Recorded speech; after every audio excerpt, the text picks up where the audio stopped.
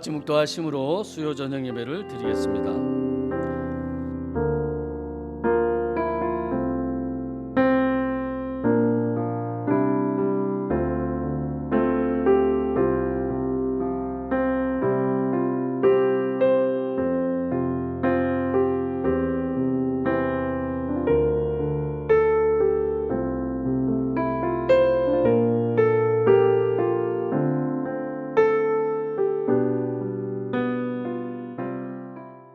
복음에는 하나님과 나타나서 믿음으로 믿음에 이르게 하나니 기록된 바 오직 의인은 믿음으로 말미암아 살리람과 같으니라. 하나님은 영이시니 예배하는 자가 영과 진리로 예배할지니라. 아멘. 찬송가 278장 찬송을 드리시겠습니다.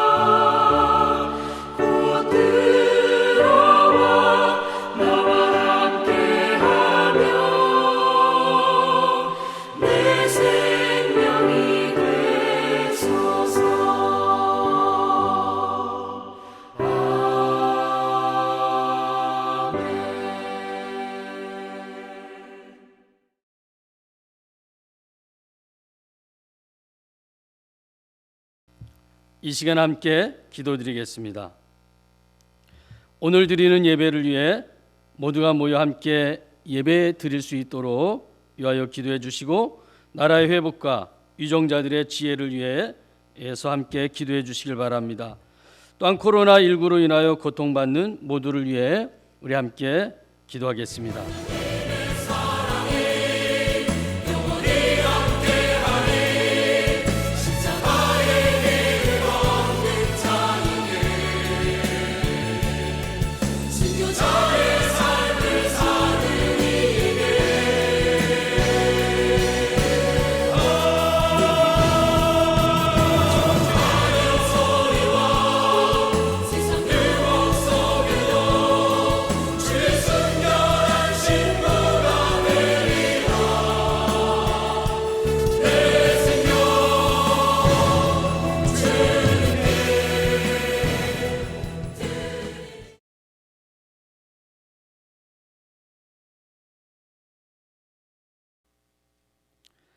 하나님의 말씀을 보겠습니다. 마가복음 16장 11절로 15절 말씀입니다. 다 함께 합독하겠습니다. 그들은 예수께서 살아나셨다는 것과 마리아에게 보이셨다는 것을 듣고도 믿지 아니하니라. 그 후에 그들 중 두 사람이 걸어서 시골로 갈 때에 예수께서 다른 모양으로 그들에게 나타나시니 두 사람이 가서 남은 제자들에게 알리었으되 역시 믿지 아니하니라. 그 후에 11 제자가 음식 먹을 때에 예수께서 그들에게 나타나사 그들의 믿음 없는 것과 마음이 완악한 것을 꾸짖으시니 이는 자기가 살아난 것을 본 자들의 말을 믿지 아니함일러라. 또 이르시되 너희는 온 천하에 다니며 만민에게 복음을 전파하라. 아멘.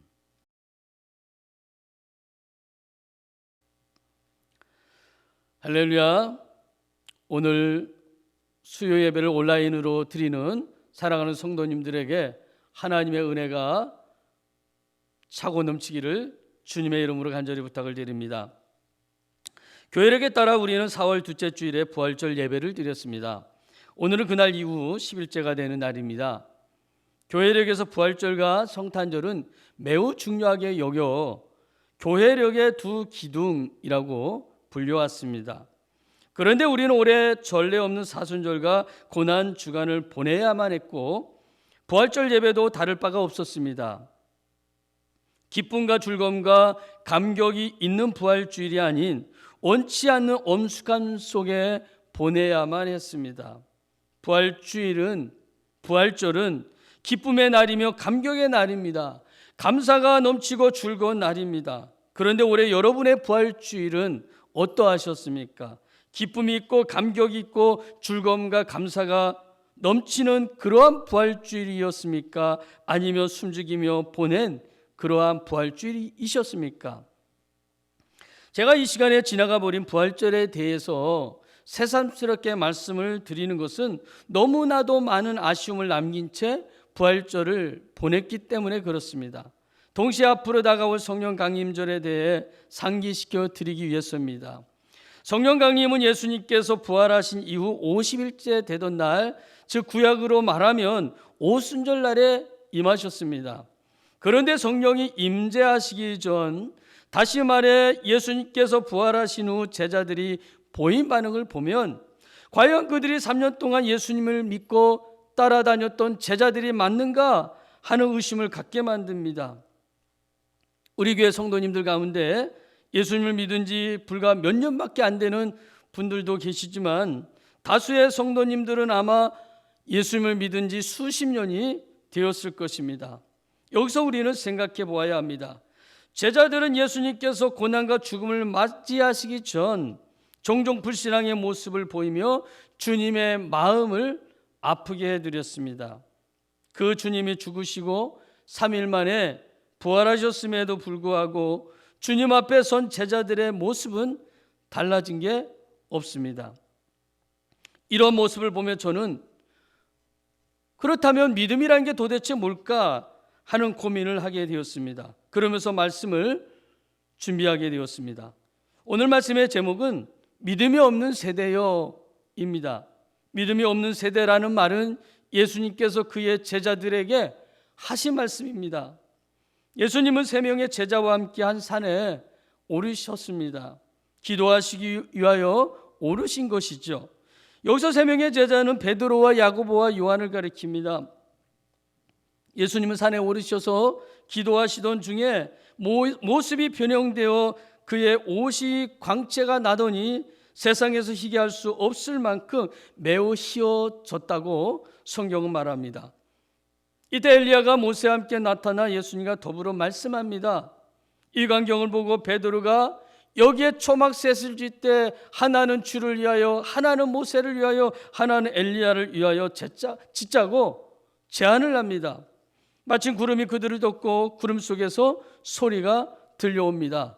이는 내 사랑하는 아들이니 너희는 그의 말을 들으라. 이 일이 있고 나서 예수님은 3명의 제자와 함께 산 아래로 내려오십니다. 그런데 산 아래에 있던 제자들이 그 무리에 둘러싸여 서기관들과 더불어 변론하고 있었습니다. 무리들이 예수님께 달려왔습니다. 예수님께서 그들에게 물으셨습니다. 너희가 무엇을 그들과 더불어 변론하느냐? 이때 귀신 들린 아이의 아버지가 자초지종을 말하며 내가 선생님의 제자들에게 내 아이에게 들린 귀신을 내쫓아달라 하였으나 그들이 능히 하지 못하더이다 라고 말합니다. 이 말을 듣고 예수님께서 뭐라고 말씀하십니까? 믿음이 없는 세대요, 내가 얼마나 너희와 함께 있으며 얼마나 너희에게 참으리요. 믿음이 없는 세대라고 책망하셨습니다. 예수님의 기대에서 벗어난 믿음을 가지고 있었기 때문에 그렇습니다. 만약 우리도 예수님의 기대에 벗어난 믿음을 가지게 된다면 책망받게 될 것입니다. 한 번은 바리새인과 사두개인들이 와서 예수님을 시험하여 하늘로부터 오는 표적 보이기를 구하였습니다. 예수님께서 이렇게 말씀하십니다. 너희가 저녁에 하늘이 붉으면 날이 좋겠다 하고 아침에 하늘이 붉거리면 오늘은 날이 굳겠다 하나니 너희가 날씨는 분별할 줄 알면서 시대의 표적은 분별할 수 없더냐.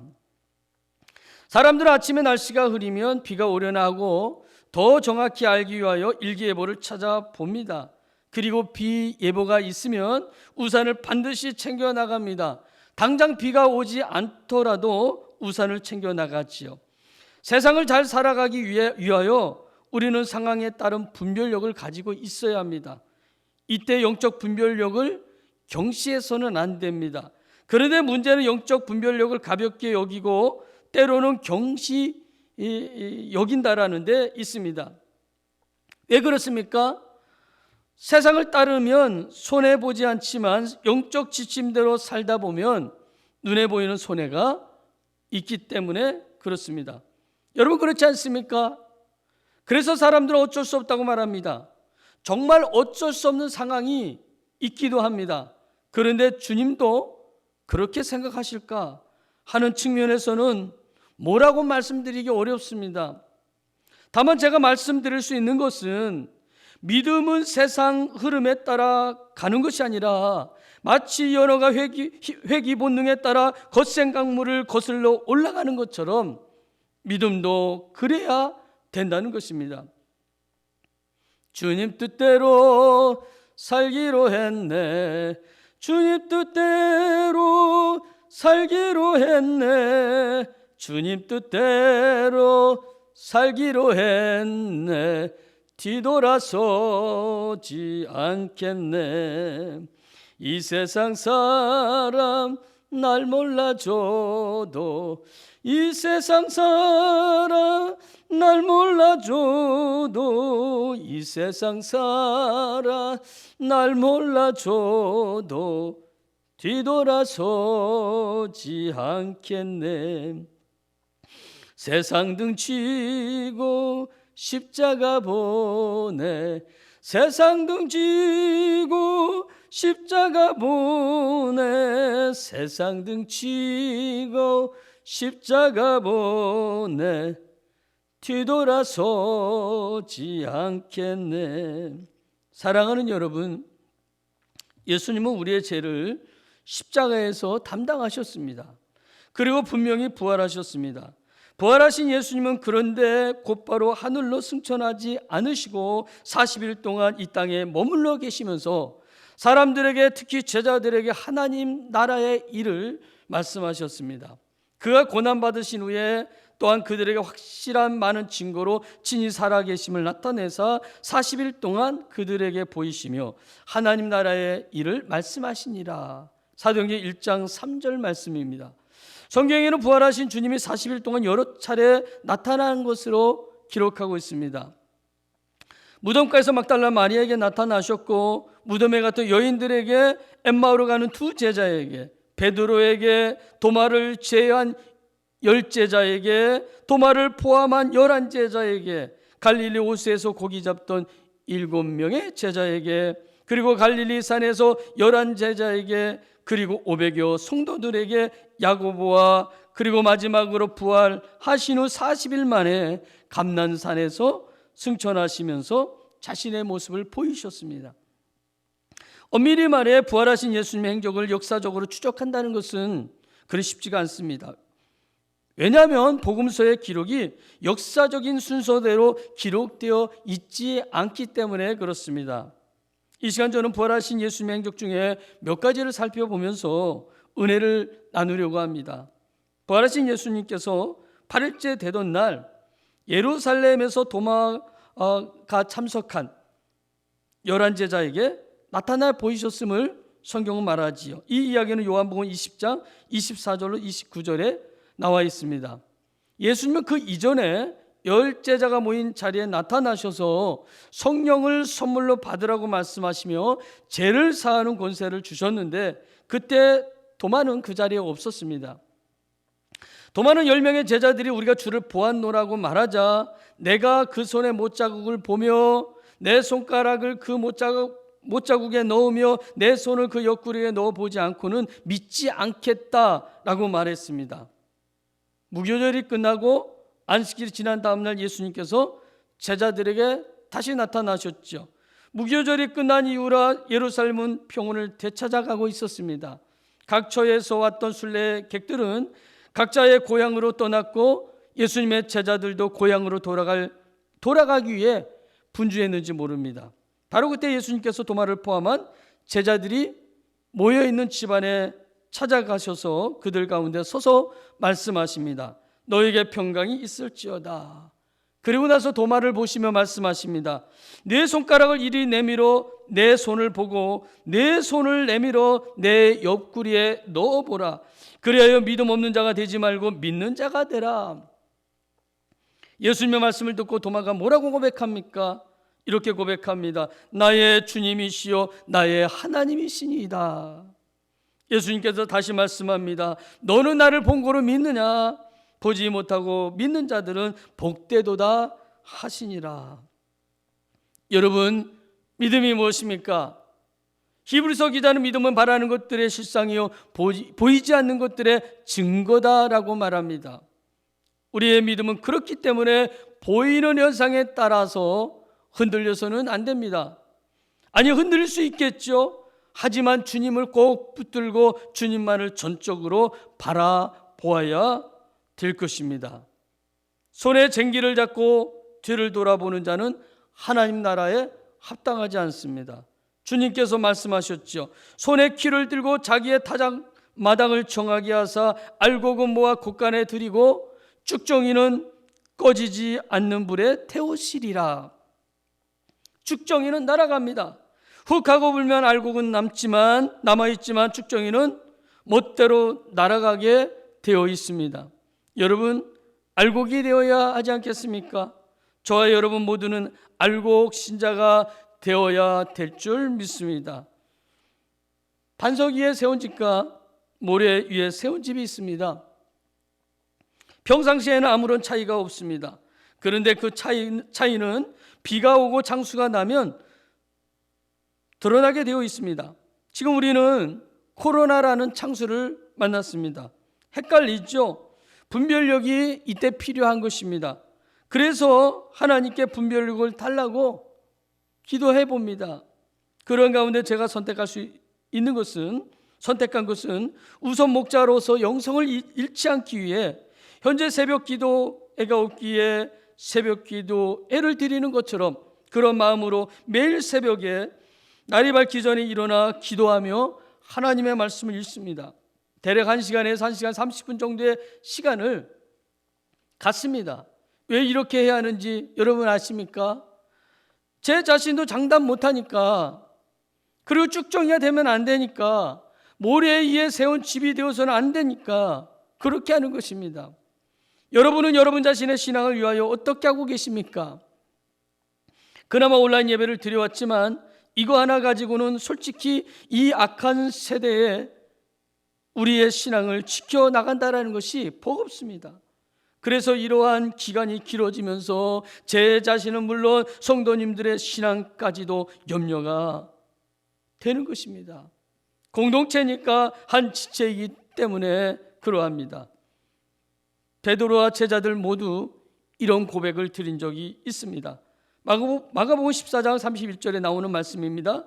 베드로가 힘있게 말하되 내가 주와 함께 죽을지언정 주를 부인하지 않겠나이다 하고 모든 제자도 이와 같이 말하니라. 베드로는 그런데 이 말을 지키지 못했습니다. 다른 제자들도 역시 지키지 못하였습니다. 말만 그랬지 행동은 자신들의 말과 달랐습니다. 이것이 두려운 것입니다. 천사의 말을 한다고 천사가 아닙니다.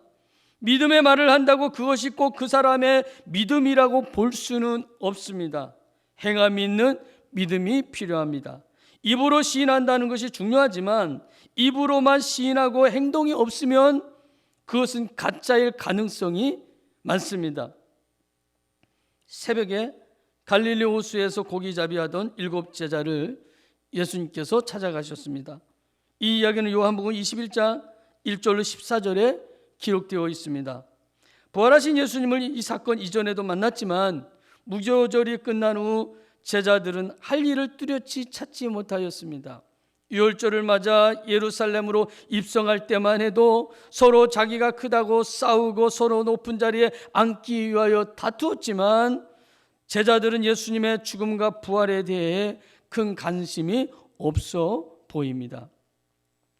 예수님을 그저 따라다니기만 했던 터라 예수님이 계시지 않는 상황에서 제자들은 무엇을 어떻게 해야 할지 몰랐던 것입니다. 그래서 그들은 무교절을 지내고 예루살렘을 떠나 고향으로 돌아가서 먹고 살기 위해 물고기를 잡으러 배를 타고 바닷가로 나갔습니다. 3년을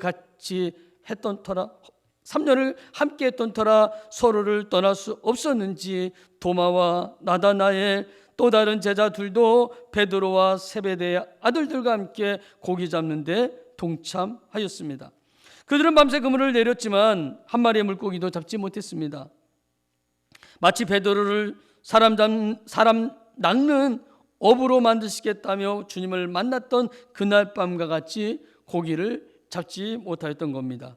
날이 새어갈 때쯤 예수님께서 바닷가에 서 계셨습니다. 그러나 제자들은 고기를 잡는 데 몰두해서 그런지 예수님을 알아보지 못하였습니다. 멀리서 소리가 들려왔습니다.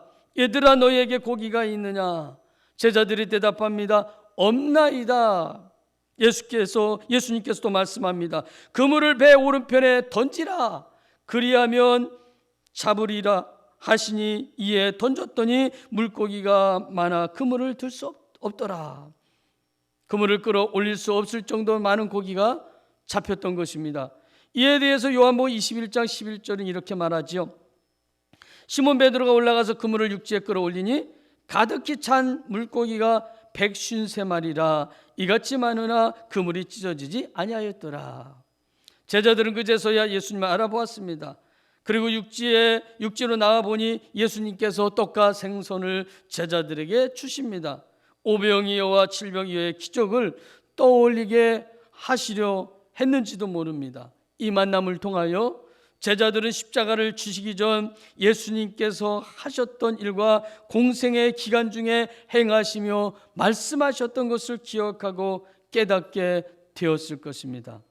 예수님은 갈릴리 한 산에서 11 제자들을 또 만나셨습니다. 이 이야기는 마태복음 28장 16절로 20절에 나와 있습니다.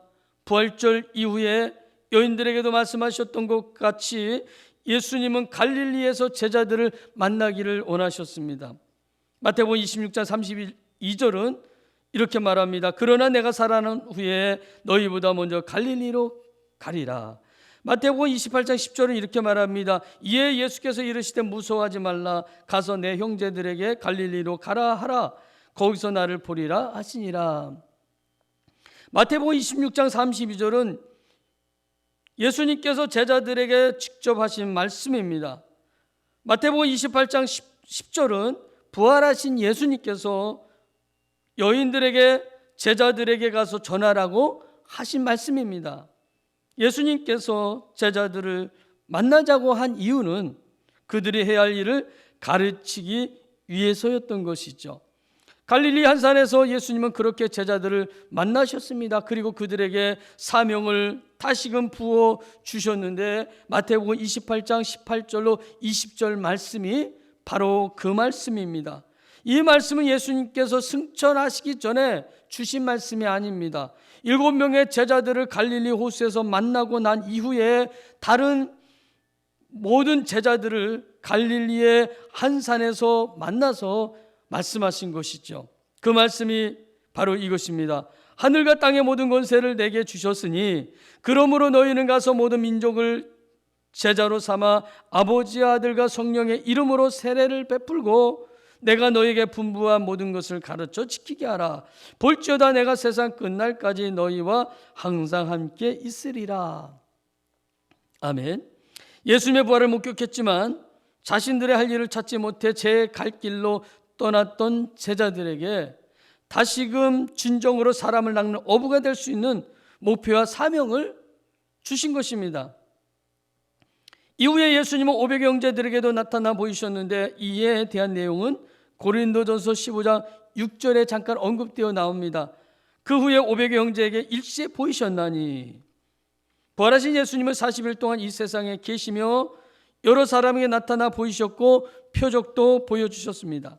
그리고 500의 형제가 모여 있을 때 일시에 그들에게 나타나 보이셨습니다. 여기서 주목할 것은 오순절 성령 임할 때 모였던 수가 불과 120명이었다라는 것입니다. 주님의 부활을 목격하고도 주님의 말씀에 순종하여 성령을 받기 위하여 모였던 수가 얼마 되지 않았던 것입니다. 더 많은 무리가 모였을 수 있지만 인내하지 못하고 떠났는지도 모릅니다.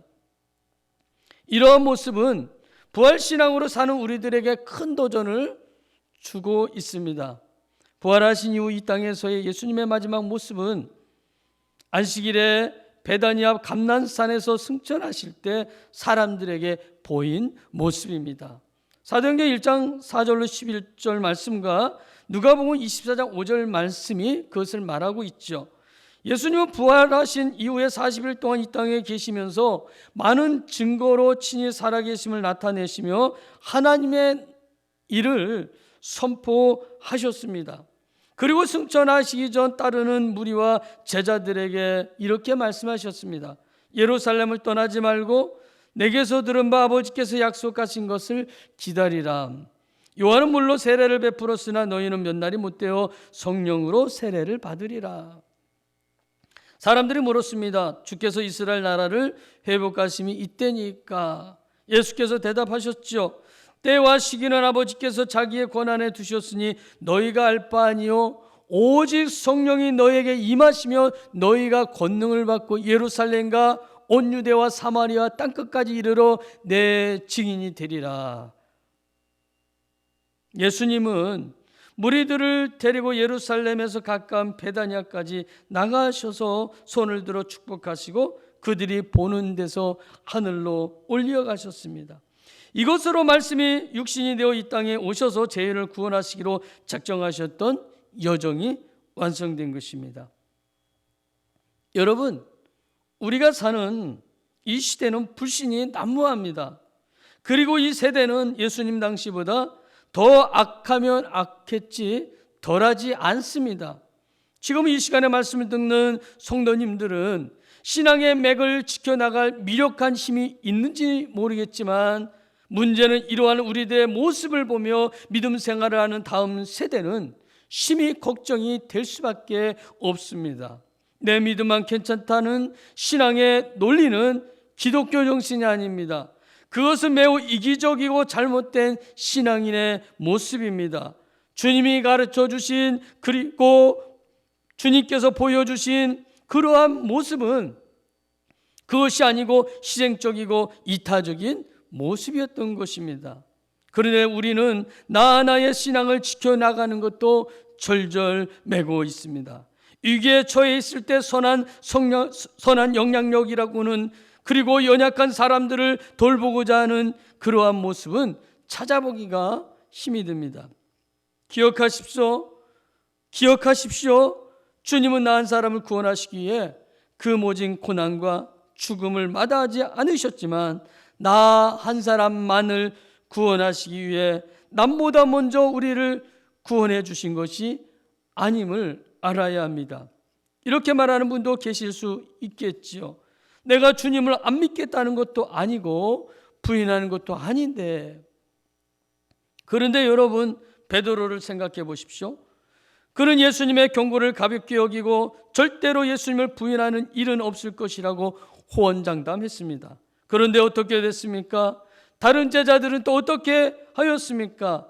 그들 모두가 예수님이 위험에 처해 있을 때 자신들이 내뱉은 말에 책임을 지지 못했습니다. 도망가고 숨고 예수님을 부인하기까지 했던 것입니다. 여러분의 믿음이 저들보다 더 낫다라는 보장이 있습니까? 영적으로 깨어 있어야 하는 것입니다. 몽롱한 상태에서 신앙생활을 하면 안 됩니다. 사랑하는 여러분, 바울은 로마서 13장에서 다음과 같이 강력하게 우리들에게 권면하고 있습니다. 너희가 이 시기를 알거니와 자다가 깰 때가 벌써 되었으니 이는 이제 우리의 구원이 처음 믿을 때보다 가까웠습니다. 밤이 깊고 낮이 가까웠으니 그러므로 우리가 어둠의 이를 벗고 빛의 갑옷을 입자. 낮에와 같이 단정히 행하고 방탕하거나 술 취하지 말며 음란하거나 호색하지 말며 다투거나 시기하지 말고 오직 주 예수 그리스도로 옷 입고 정욕을 위하여 육신의 일을 도모하지 말라. 사도 요한은 사랑을 말하면서 행함과 진실함으로 하자고 말하였습니다. 신앙도 마찬가지입니다. 말로만 하는 신앙이 되어서는 안 됩니다. 행함과 진실함으로 해야 하는 것입니다.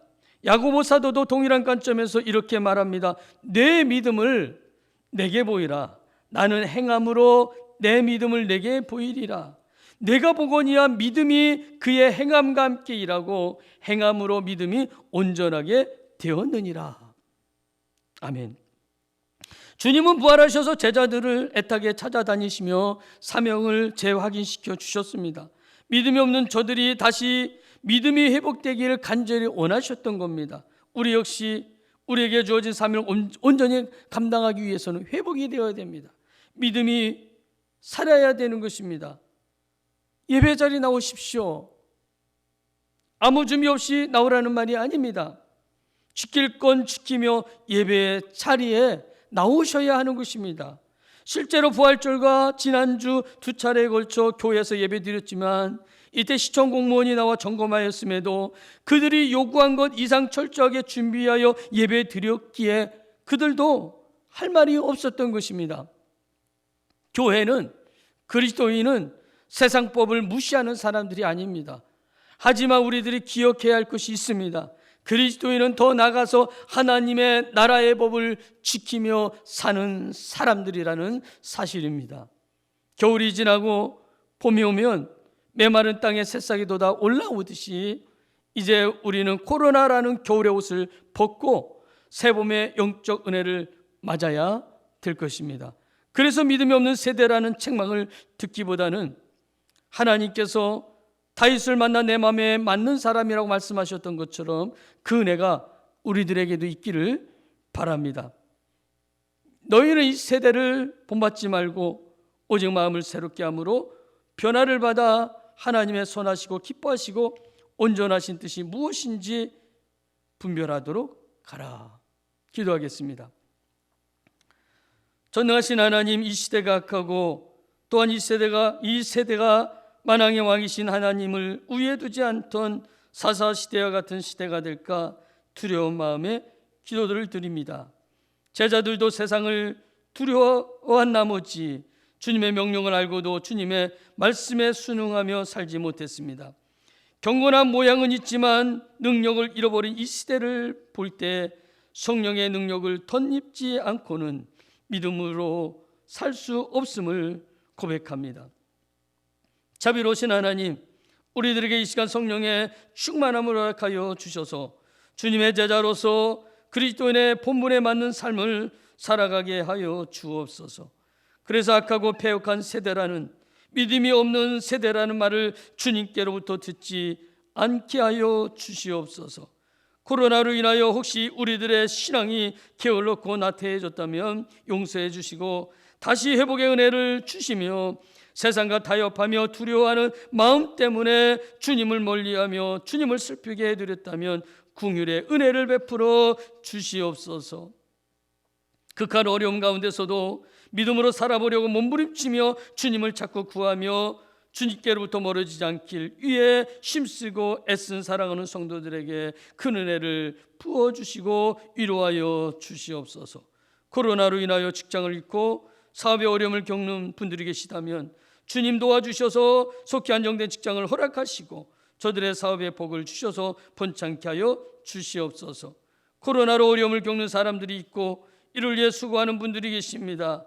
저들을 고치시고 저들의 수고가 되지 않게 하여 주시옵소서. 전 세계가 코로나 재앙을 통하여 하나님의 숨겨진 뜻을 발견하게 하시고 속히 이 재앙으로부터 건져 주시기를 원합니다. 어떤 상황에서도 오직 믿음으로 살기를 원하오며 예수님의 이름으로 감사드리며 기도드리옵나이다. 아멘.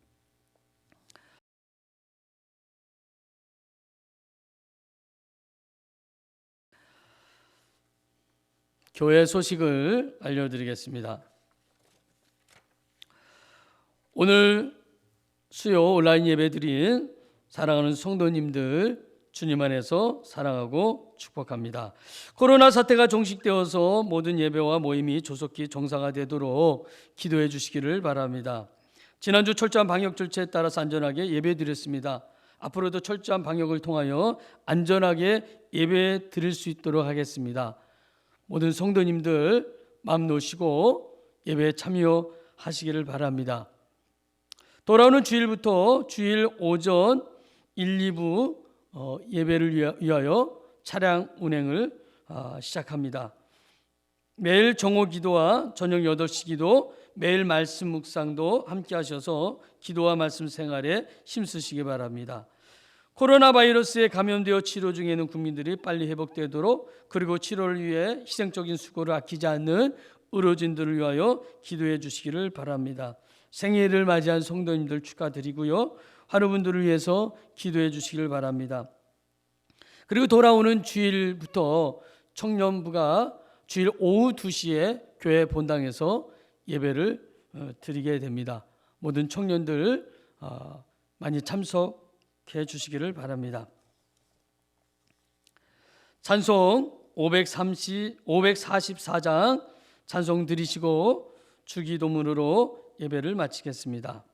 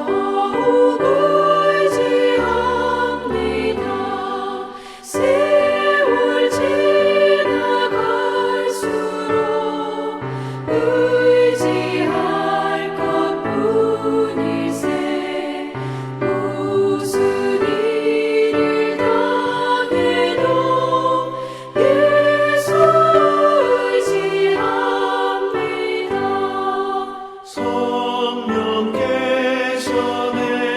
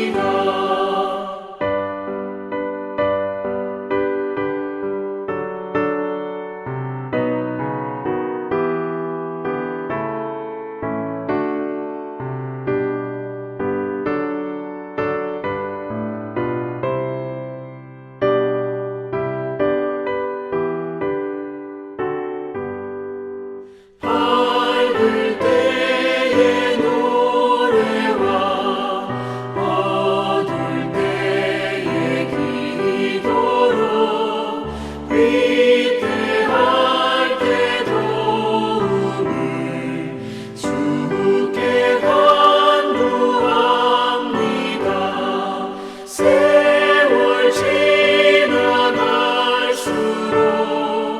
의지할 것뿐일세.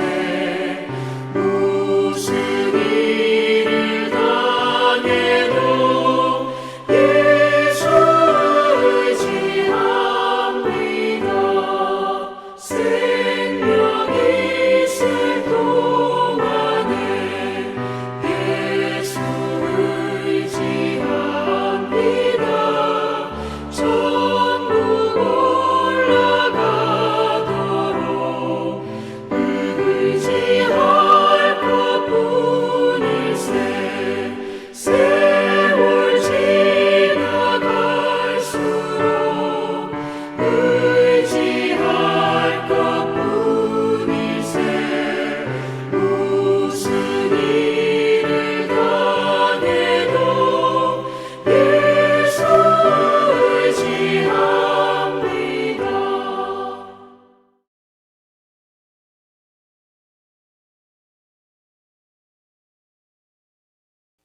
하늘에 계신 우리 아버지여, 이름이 거룩히 여김을 받으시오며 나라가 임하시오며 뜻이 하늘에서 이루어진 것 같이 땅에서도 이루어지이다. 오늘 우리에게 일용할 양식을 주시옵고 우리가 우리에게 죄 지은 자를 사하여 준 것 같이 우리 죄를 사하여 주시옵고 우리를 시험에 들게 하지 마시옵고 다만 악에서 구하시옵소서. 나라와 권세와 영광이 아버지께 영원히 싸움나이다. 아멘.